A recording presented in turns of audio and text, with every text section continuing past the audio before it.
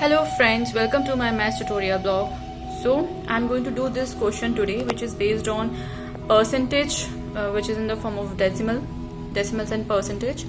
So let's start the solution. So as the question says, we have to find the specific value of 14.28% of 56 plus 12.5% of 64. So conventionally we will do like this. 14.28 we can write as 1428 and 100 down, then percentage को remove करेंगे, then 100 down like this. 12 point को remove किया so 10 आया, percentage को remove किया so 100 आया into 64, and then we are going to solve this.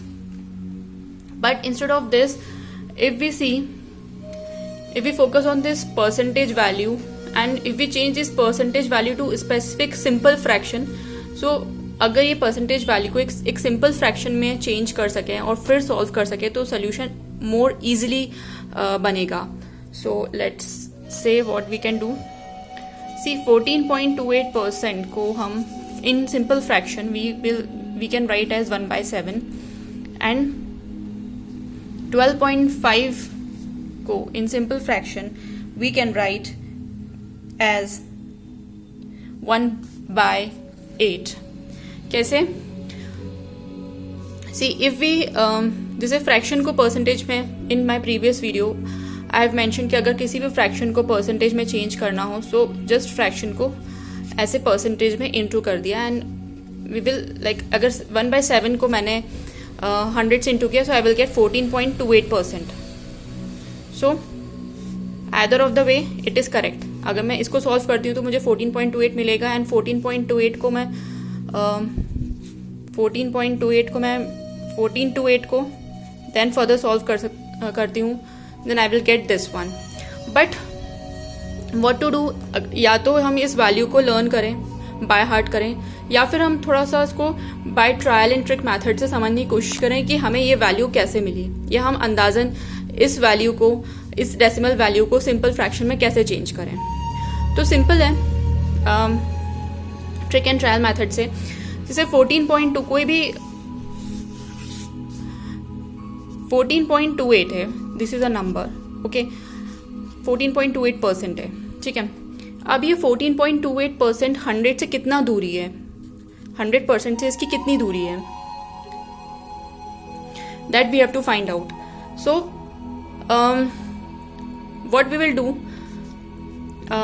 if we see कि 100 minus 14.28, so this is 28, then 9 4 9 minus 5 9, okay, 95.8 something, okay, इतनी दूरी पर है. 14.28 100 से इतनी दूरी पर 95.82 यूनिट्स पर है. सिमिलरली मैं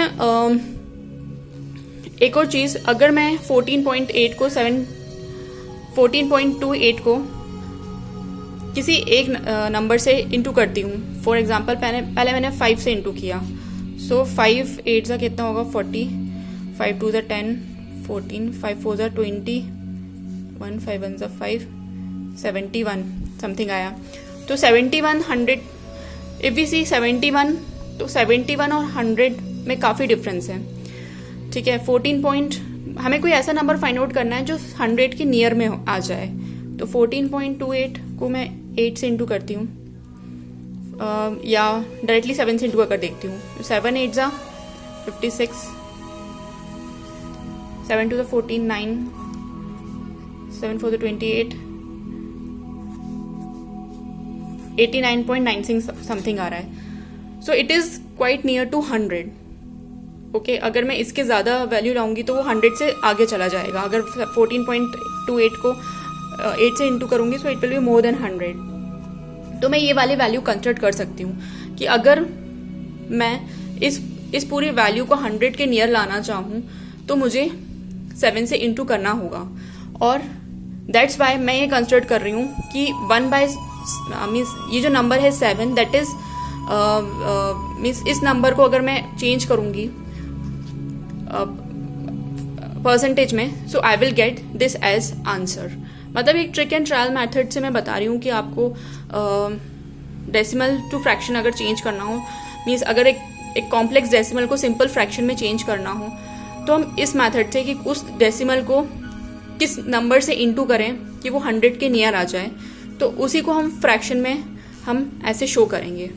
तो जैसे मैंने 14 को 7 से इनटू किया, सो वो नियर आ रहा है, 100 के नियर आ रहा है, मीन्स 100 से तो वो कम ही आ रहा है, 100 से ज़्यादा तो आएगा ही नहीं. अगर मैं 1/8 को 14 से इंटू करूँगी तो 100 से ज़्यादा आएगा, जो कि कंसिडरेबल नहीं होगा. इसलिए मैंने 7 को ही कंसिडर किया है. ओके, तो मैं ये मान सकती हूँ कि 14.28 को I will write at 1/7. In fact अगर 1/7 को मैं 100 से डिवाइड करूँ तो भी मेरा आंसर 14.28 ही आएगा. ठीक है. सिमिलरली 12.5 की वैल्यू है 1.8, बिकॉज अगर मैं 1/8 को मैं इंटू करूँगी 100 से, so I will get 12.5. Okay, so instead of this 14.8 I will write 1/7, and instead of 12.5 I will write 1/8. So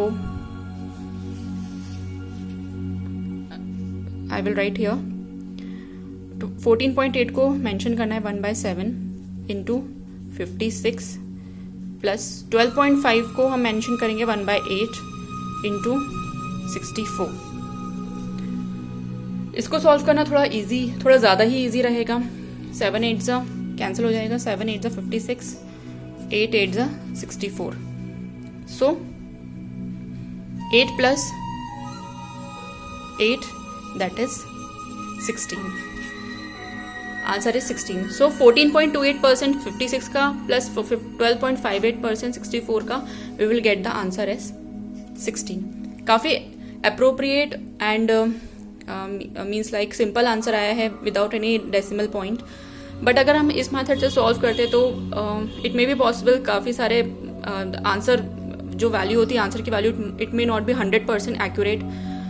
approximately answer आता, 100% एक्यूरेट भी नहीं आता, और एक टाइम कंज्यूमिंग भी है. ये वाला जो सोल्यूशन है that is also very very time consuming. लेकिन अगर 14.28 को मैं का फ्रैक्शन फॉर्म पता है, या फ्रैक्शन की वैल्यू पता है, या हम इस मेथड से अप्रॉक्सीमेटली फ्रैक्शन की वैल्यू फाइंड आउट कर सकते हैं, so we can do this some very easily. So this is question for today. I hope you like it. Thank you for watching this video.